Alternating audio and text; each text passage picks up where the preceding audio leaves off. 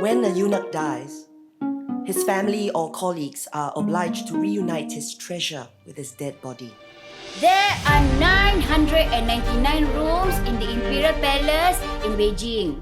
There is this very special chamber in the palace where all the cut and dried penises of the eunuchs were kept.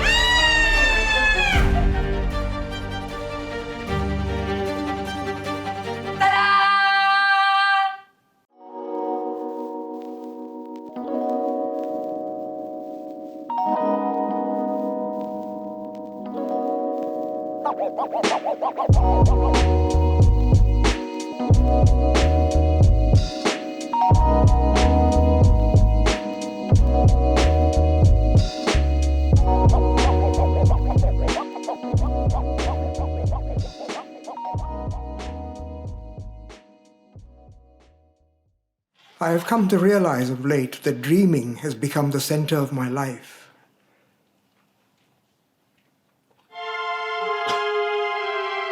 Dreaming all by myself. Alone. Painfully alone and floating away. There is a vast space all around me, endless, haunting, unknown, but promising and seemingly reachable. I have a fear of this unknown. And yet this fear is also part of the yearning to depart, to leave the place I'm so used to, even when I know what I'm going away from is a terrible insanity. Yes, every day I long to return to my nightly unknown. Was he also like this? Was he also like this when he was sailing across the vast ocean in the dark of the night, looking into the eerie distance, alone at sea, forgetting at least for the moment the insanity forced upon him, forgetting the pain created in him by the removal of his manhood? In these dreams, being alone, I was able to look at myself, look inside myself, and look through myself. And as I dived deeper and deeper into the stark loneliness of myself, I felt I'd become closer and closer to him, closer to this 600-year-old legend of a molested and incarcerated man. Yes.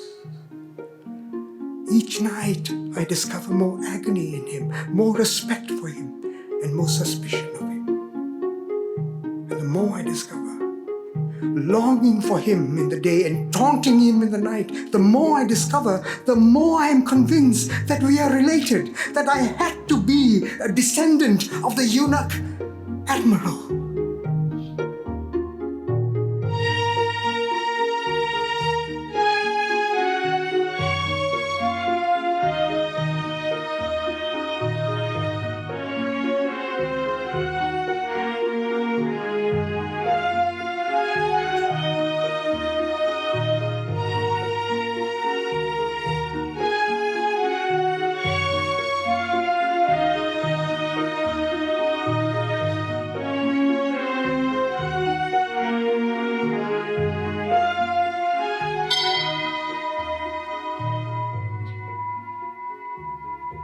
With divine command from the Ming Emperor in 1405, he brought the imperial influence to distant nations. Over the treacherous straits and thunderous seas, he braved savage waters to explore the western lands. For 3 decades, Zheng He's armada ruled the ocean, exploring the exotic from Tangara, India, to Arabia. When he returned to the splendors of the imperial court, peace and friendship had stretched as far as Africa.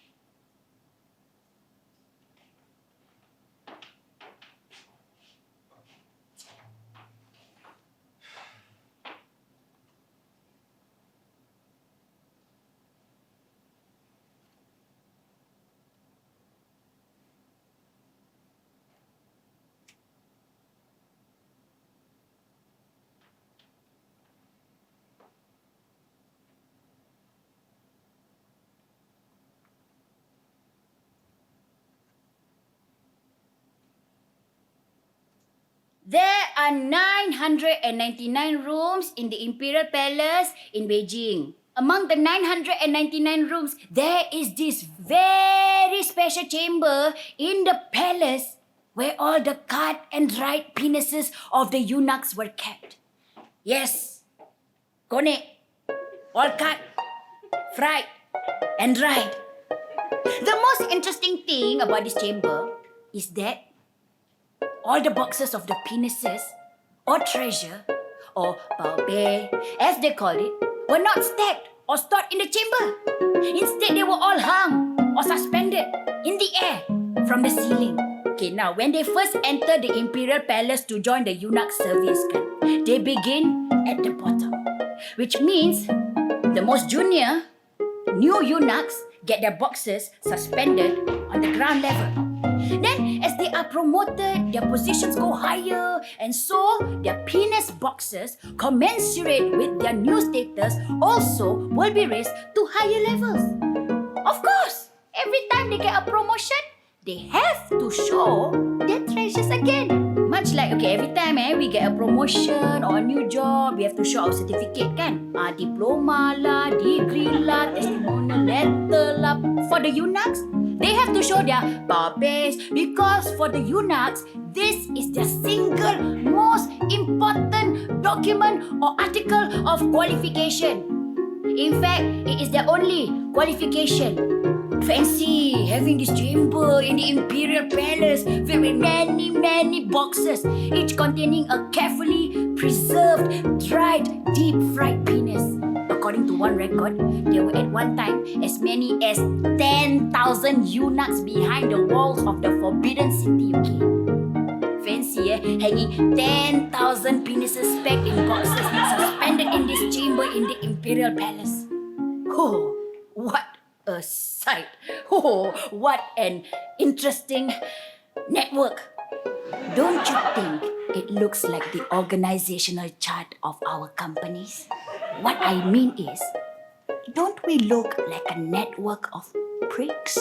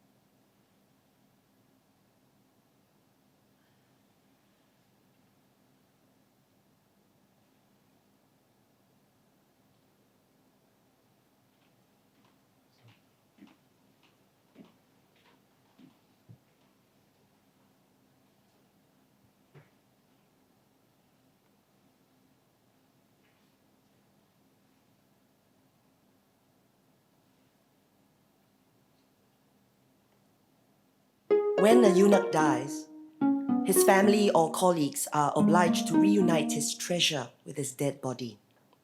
They must put it back exactly where it belonged. And I mean exactly. Physically touching the cut-off base as if it was a reconnection. If it was not done, or not done properly, then they believe that in the next life, he will not come back to the world as a man anymore. There were records saying Zheng He died in Calicut in India, or on the ship on the way back from his 7th and last expedition to the Western Ocean. Now, if that was true, then how could he possibly have had his treasure put back in place? Perhaps the great Admiral Grand Eunuch Zheng He, despite his very high status, was not buried with his full body. Seriously, this discovery makes me feel so sad. I mean, we have always looked upon people occupying high positions as very strong men and women. We have never, at least I haven't, doubted their authority and responsibility. This discovery about Zheng He, who may have been buried without a full body, how fragile all these big men and women are, and how temporary and transient the power, status, and authority of these people occupying high positions really are. When we found that a supremely powerful grand eunuch like Zheng He could end up so pathetically.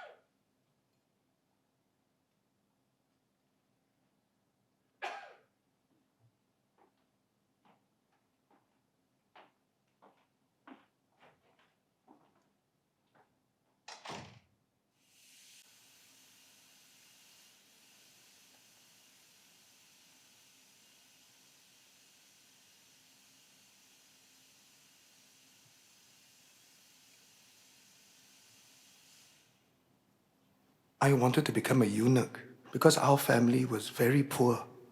No money, no status, no education. We were fated to be poor and downtrodden forever. So I decided that going into the imperial court to serve as a eunuch was the only way to get us out of our condemned poverty. My elder brother had already married and borne my father 2 sons, so my becoming a eunuch would not have caused a discontinuity in our family line. On the day of the operation, Father had to drink himself drunk before he could come into the room holding a razor he had sharpened many times throughout the day. By then, I had already taken off my pants and sat on the kang. As I saw Father, I started to tremble, but I managed to keep my voice calm. And I said, "Come, Father, let's begin." And I flipped over the blanket covering my underparts, revealing my genitals. Then I spread my legs and lay back. Father walked towards me very slowly, with tears flowing down his cheeks, and with his teeth tightly clenched, he asked me, "Ako, you won't regret." I said, "Father, I won't regret." Again, Father asked me, "Ako, you won't regret?" Again, I said, "Father, I won't regret."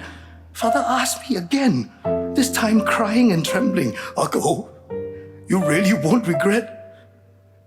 As if he was begging me to say, yes, I would. I knew if I had cried, Father would never have been able to do it. And I said, "Father, I promise I won't regret. Please come and do it." And I clenched my teeth and turned my head away. Then I heard my father, drawing a heavy breath, rush over to my kang, violently grabbing my genitals. He gave out a desperate cry, and shattering pain stung my underparts. And I passed out immediately. When I woke up, I felt a stinging pain in my underparts, and I could hear all my relatives around me congratulating me and saw them embracing each other because I was urinating. And then I remembered, once you start urinating, you are okay. You will survive. Then, Father, red in the eyes from crying and probably from going days without sleeping, brought a box before me and opened it carefully. The content was covered in dry husk. In it was a packet wrapped in heavily oiled paper. Unwrapping the paper, I saw before me a piece of something deep-fried in oil to keep it dry and antiseptic. Instinctively, I knew this was my severed penis. It was then that the reality hit home, that I had really done it. And I knew I would have this treasure of an article to serve as evidence of my dedication and loyalty to the emperor and to the imperial family. A license to enter the palace, to hold privileged positions, and to attain wealth and status. Imperial decree for Chief Eunuch Zheng He. Zheng He humbly received the imperial decree. 10,000 years of longevity to your gracious majesty. Now that the Ming Dynasty has firmly entrenched its majestic authority with heavenly blessings, with peace and prosperity prevailing upon the entire empire, our attention should now turn to the coastal regions and our further neighbors. The pirates from Japan and other lands have been bothering my loyal subjects and our friendly aliens in the east and southeast. Furthermore, for decades now, we have not extended our imperial presence and goodwill to the Western Ocean. It is therefore now my explicit wish that the power, prestige, and splendor of the imperial court be extended once more to the further shores. To expedite this historic mission, I appoint Grand Eunuch Zheng He, Commander-in-Chief of the Imperial Expedition. Go in power, authority, and peace. Do justice to the grandeur and splendor of our dynasty. Zheng He obediently accepts your gracious majesty's decree with great honor and gratitude. 10,000 years of longevity to your gracious majesty. Expedition 1, 1405. Expedition 2, 1407. Expedition 3, 1409. Expedition 4, 1413. Expedition 5, 1417. Expedition 6, 1421. Expedition 7, 1431. In almost 30 years, Zheng He and his imperial armada visited Champa, Panduranga, Cape Varea, Pap Condore, Gulam Island, Siam, Palembang, Malacca, Pulau Sembilan, Sumudra, Batak, Lankasuka, Brass Island, Nicobar Islands, Ceylon, Crillon, Cochin, Calicut, Ormuz, Al-Ahsa, Bangala, Cambodia, Pulau Ao, Tamiang, Governador Strait, Langkawi, Gili Timor, Pahang, Mindoro, Karimata, Janggala Surabaya, Brunei, Solot, Aden, Zufar, Jobo, Mogadishu, Maldives Islands, Java, Mecca, Haru, Lika, Lambu. Last night, I dreamt a dark dream. The sky above me was covered with thick clouds, not grayish or black, but it looked moody and broody, like something cooking in a stew pot. All around me, sounds were straining to press upon my entire body, like the steaming hot air one gets in a sauna. I couldn't make out what they were.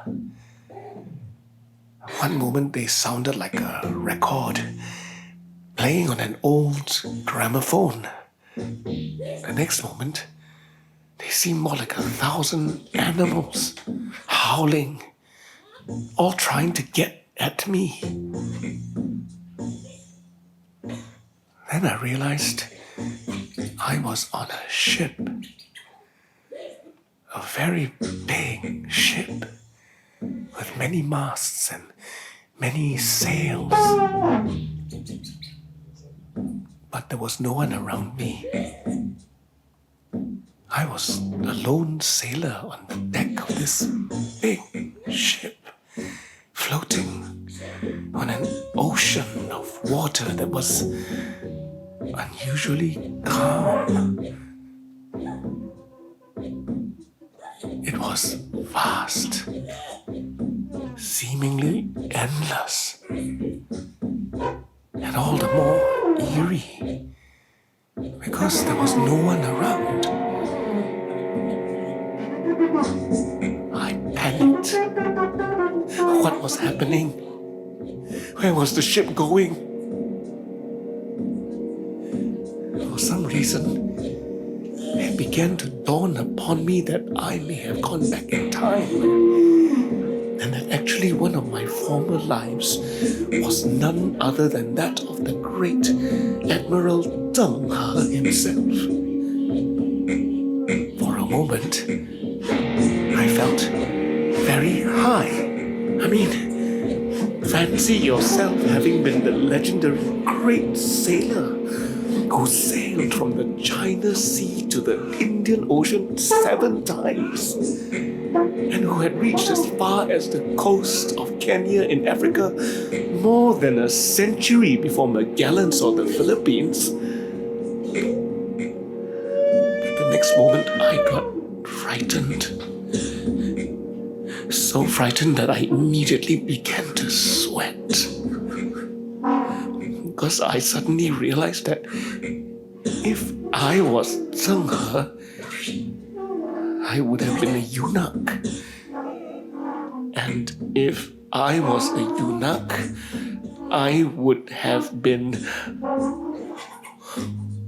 Oh my God!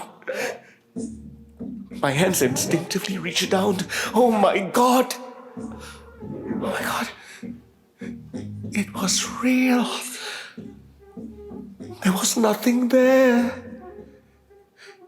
I was so shocked. I started to jump and run and scream, and I woke up.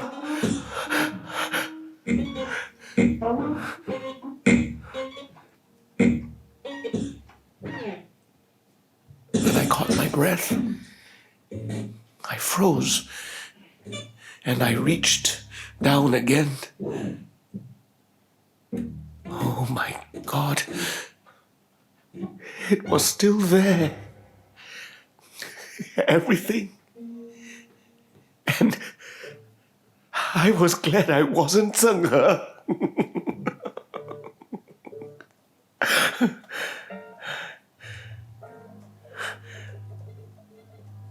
But somehow the ship in the dream stuck in my mind. Big, forceful, and sure, right there on the deck. As if I was the commander. Yet I didn't have a clue where I was going. The water was calm and inviting. But the brooding sky and the strange sounds created such an eerie feeling of uncertainty. It was an exciting dream, but I was glad to wake up and extremely grateful that I still had what I have.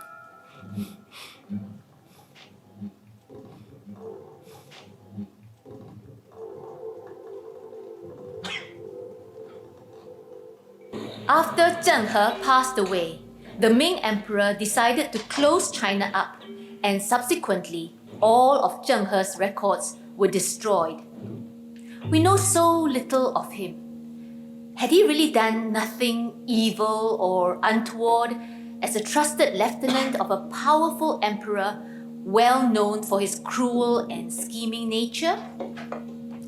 We know for sure he was a totally loyal lieutenant of Zhu Di, the Yongle Emperor. We also know that it was this emperor who created the Dongchang, or the Eastern Institution, China's most notorious secret police. Had Zheng He actually played a part in the Dongchang? Was he sent to sea by the emperor to trace his enemies? This speculation about Zheng He's mission, although never proven, was never dismissed either. And it would tally well with his suspected role as one of the emperor's top secret manhunters. If all the eunuchs were acting as secret police, what reasons do we have to believe that Grand Eunuch Zheng He could be any different? Don't forget, the emperor who sent Zheng He to Malacca, Ceylon, India, Mecca and Mogadishu was the same sovereign who allowed his secret police chiefs, all of them grand eunuchs, to devise horrendous punishments such as club whipping, skin peeling, fingernail tearing, spine breaking, and heart piercing treatments for the emperor's less obedient subjects. But Zheng He was out of the country precisely to avoid getting involved. Possible? Yes. Maybe. Except that between 1422 and 1430, a period of about 8 years, Zheng He was not traveling at sea. And the Dongchang was created in 1420, which means Zheng He was in China during the pioneering years of the Dongchang's operations. What was he doing then?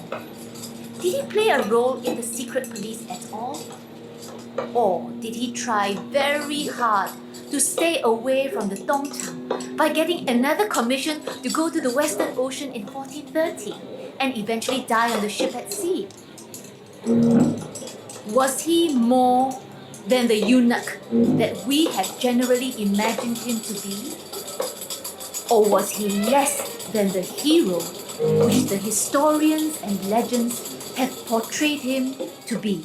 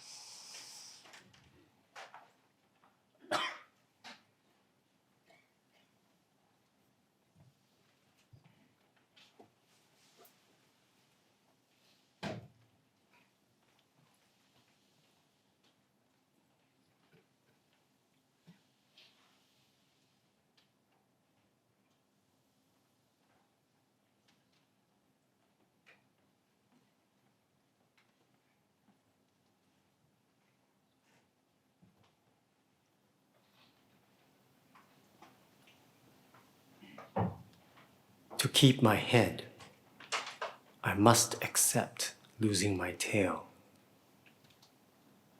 To keep my faith, I must learn to worship others' gods. To please my Lord, I must eliminate his enemy. To serve his pleasure, I must purge my own. Allah knows my bitterness. Buddha has mercy upon my soul. Sea goddess protects my fleet. Voyages to the west fulfill my life. Alone, I can stand up to any man. Freed, I can scale any height. Cleansed, I cling to but one thought. My master's will is my survival.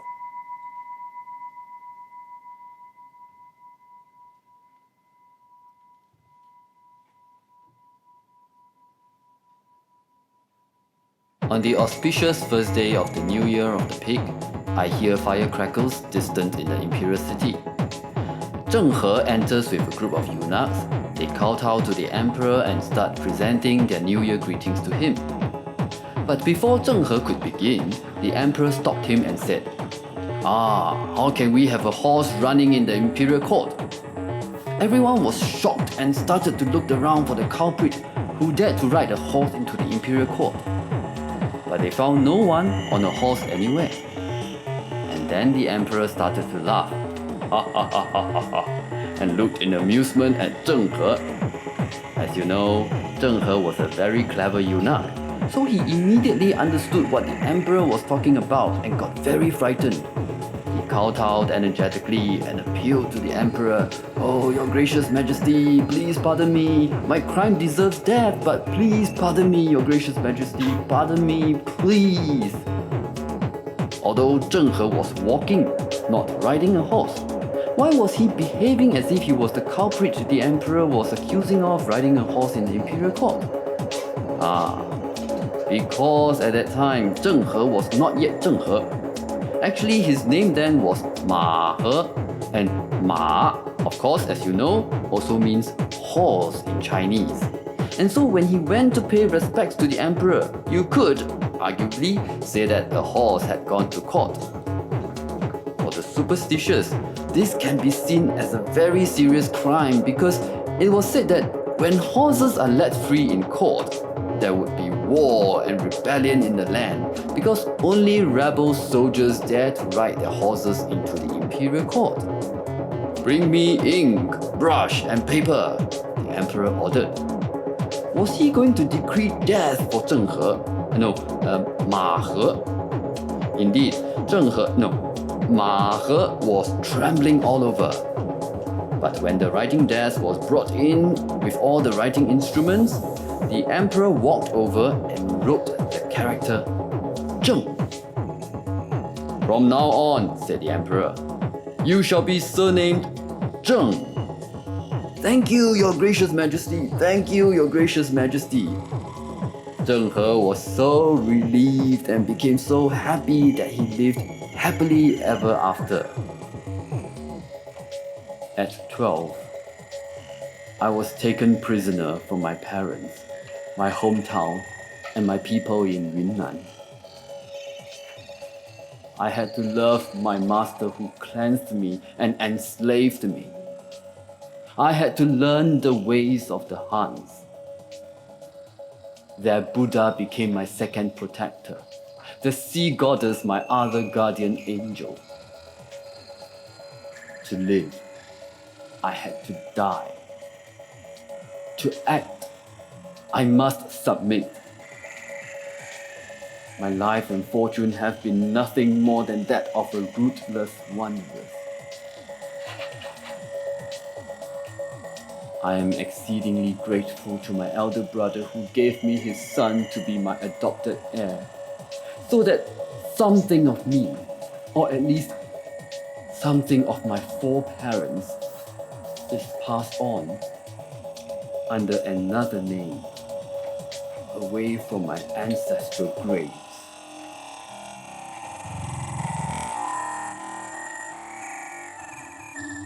Removing the genitals?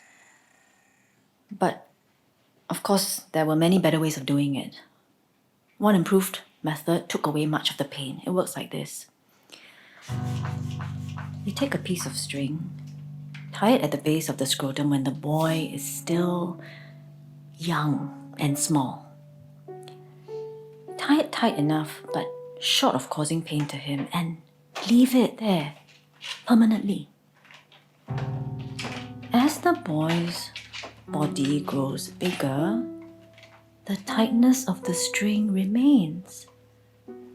Gradually, in time, the base of the testicles will break off. just like what some people do to cut off the tails of cats and dogs. You start them early enough, and they won't feel the pain much.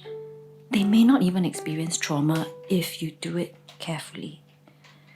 However, even with this method, the significant life-giving part of the organs is taken away. But for the users, what is left is much treasured, because what is left is not only still functional, but it enhances the enjoyment of the pleasure-seeking noble women safely.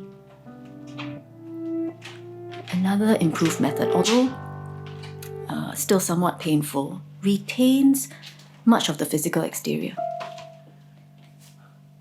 Take a needle, a silver needle, poke the balls with the needle, with loving care, again and again.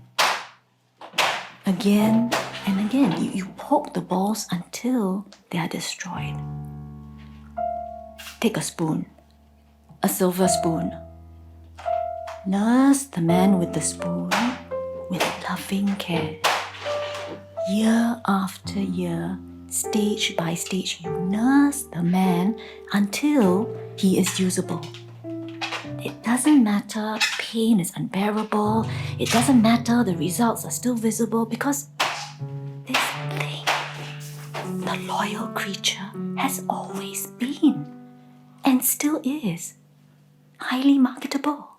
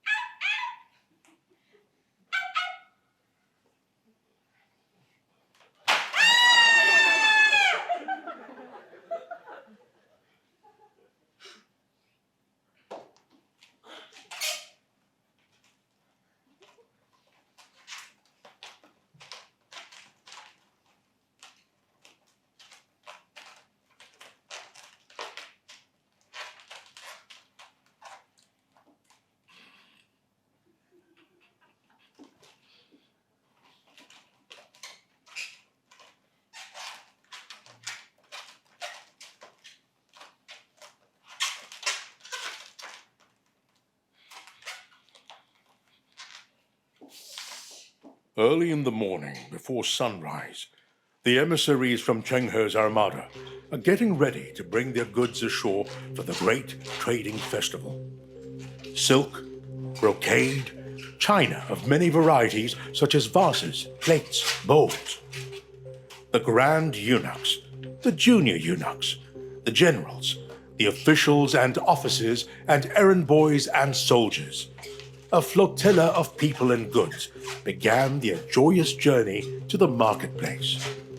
On land, the king and his lieutenants, the wealthy traders and their assistants, the soldiers and helpers, the chettiars who hold the money, the slaves and servants who man the carts and horses, all started to stir well before the cockerel begins to sound the morning call. The powerful and the wealthy bathed, and then applied on themselves a paste mixed with the most exquisite of cosmetics, a fine grey powder of baked cow dung, 3 times over on their foreheads and on significant parts of their body, including the inside of their crotch. Zheng He's armada and the festivals and markets and gatherings brought together all sorts of people. There were Buddhists, Muslims, Hindus, and Taoists, children of parents of a great description of people. They brought fabrics made of jute, of cotton, of silk, They brought metalwork made of gold, of silver, of bronze, copper, iron, and steel. They brought seeds, corals, pearls, fish bones, turtle shells, birds' feathers, stones, and earth. All of them were priced beforehand, and the gentlemanly exchange which takes place now becomes more a festival, a celebration, a meeting of friends thirsting for each other's goods and each other's company, and the great coming together. Soon after the exchange, the festivities began. Food galore of all colors, tastes, and descriptions, but there was neither beef nor pork, and a great amount of vegetarian food, a show of mutual respect between the Muslims, the Hindus, and the Buddhists. And then the circus began. There are bulls that charge not at red, but anything that is blue in color.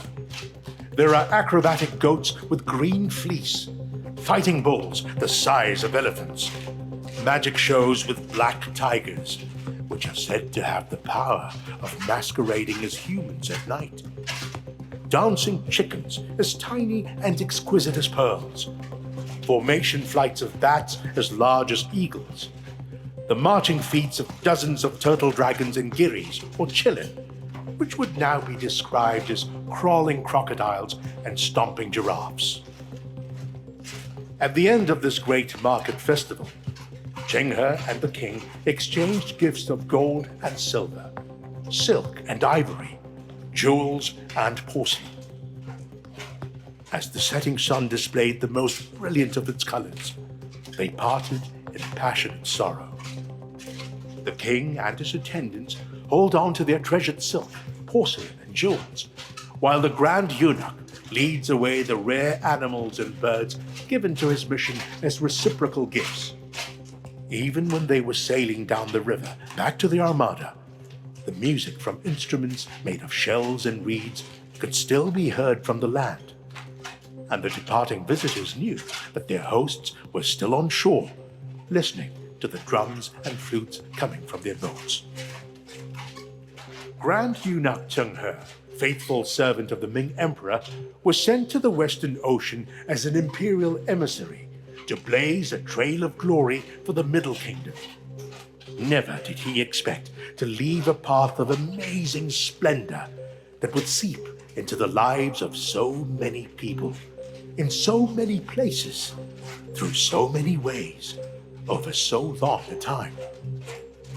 That evening, Zheng He failed to sleep all night, and his soldiers and officials softly talked and sang all night long.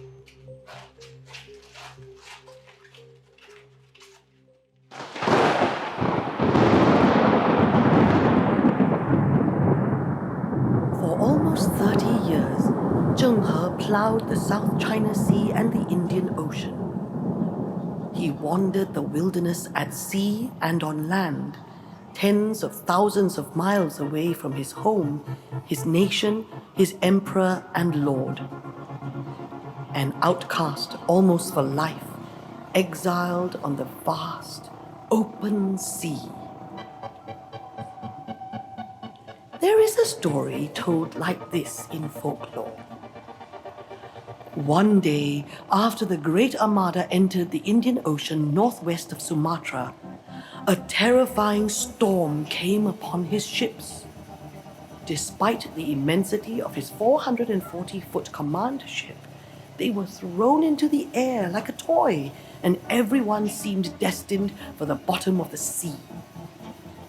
Ah, let us learn from Sangnila Uttama, the Prince of Temasek.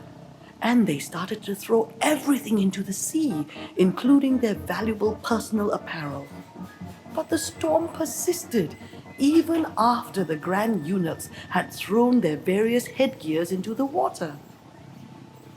Inshallah, save us, Zheng He cried out, remembering how he and his family and relatives prayed in his childhood days.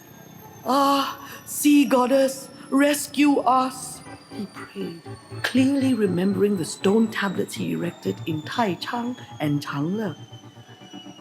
Then, a miracle happened. The storm subsided.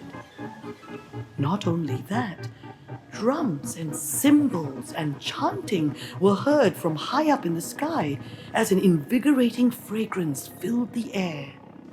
Suddenly, there appeared on the top of the highest mast an angel-like young lady with a graceful face and a youthful body.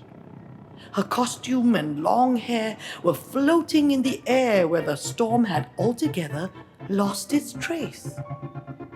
And the next moment, the lady was gone. People say this was the sea goddess herself, appearing to calm the hearts and minds of Zheng He and his armada of men. Soon afterwards, land was sighted, and the intimation of tragedy became memory. Hey! Hoy! Good people there! Where have we come to? What do you call this beautiful land of yours here? Oh, this is the land where the Buddha walked, where the Buddha bathed, where the Buddha slept. This is the jewel of the world, the jewel formed by a drop of the Buddha's tear. Zheng He and members of his fleet were overcome with joy. Is this the promised land of abundance and tolerance, where men are free to work and live? The land where there is only justice and no reign of terror? The good people told them that they had a most enlightened ruler. Their Raja had ruled for 20 years and then voluntarily stepped down and forbade his children and relatives from succeeding him. Furthermore, he not only refrained from intervening with ruling of the land, he withdrew from society completely. In fact, he wandered away and became a hermit in the mountains, exposing himself to the wiles of rain and wind, of animals and birds, of plants and insects. He vowed that he would not even defend himself against any creature, but would rather succumb to their beastly desires. But because the karma he had accumulated was so massive, none of the creatures in the wild would harm him. Instead, all of them came to pay their respects to him. After 3 years exposing himself to the elements in the mountains, the former ruler became a holy man. And when he was asked to return to the throne, he ruled the country in such a wise manner that oppression and injustice completely disappeared forever. People say he had become a deity, an eternal spiritual protector of the land. And because of his teaching and his example, the people became very enlightened too.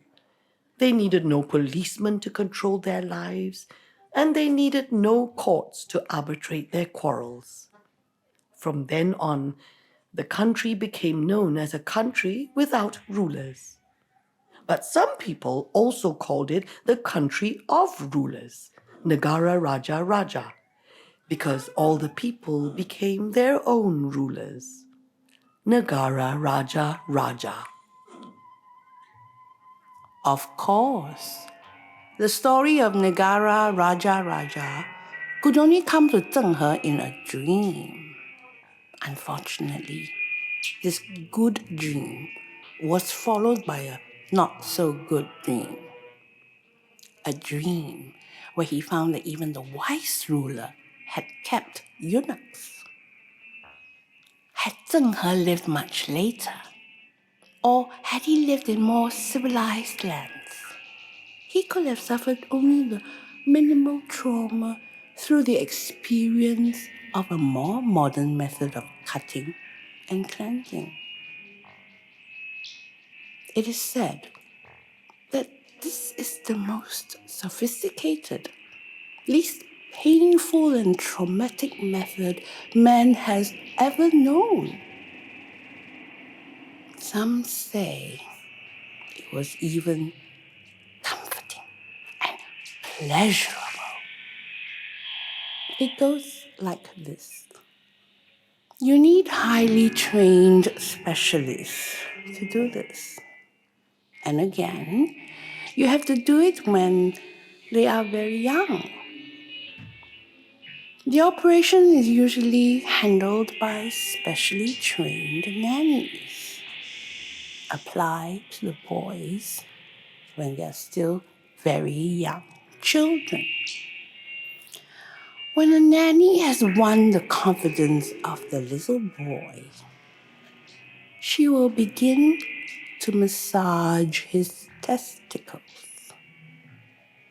perhaps after a bath, before bedtime.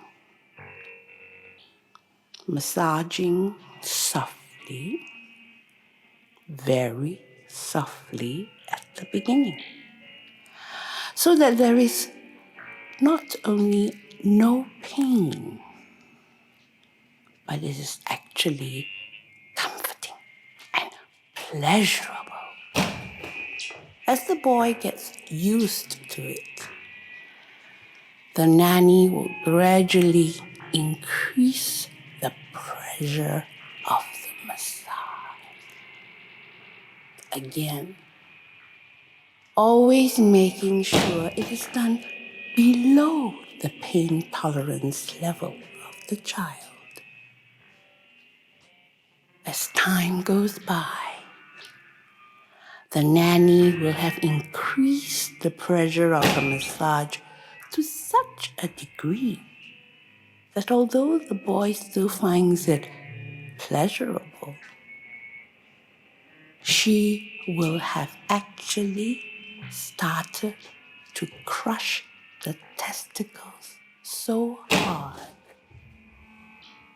that the impact begins to damage the inside of the organ. Of course, the child, his pain tolerance level, by this time having risen so high, will continue to perceive the massage as not only benign, but also comforting and pleasurable. Very soon, the function of the testicles is completely destroyed, and the job is done. Apart from the absence of any perceived pain and the advantage of retaining all the organs intact, nothing is cut off. All the parts are preserved. The greatest merit is that it is received by the subject as comforting and pleasurable. Externally, everything looks exactly the same. Nothing is missing. Everything looks normal and untouched. The only difference is that life will come to an end after he has lived his own. There will be no afterlife.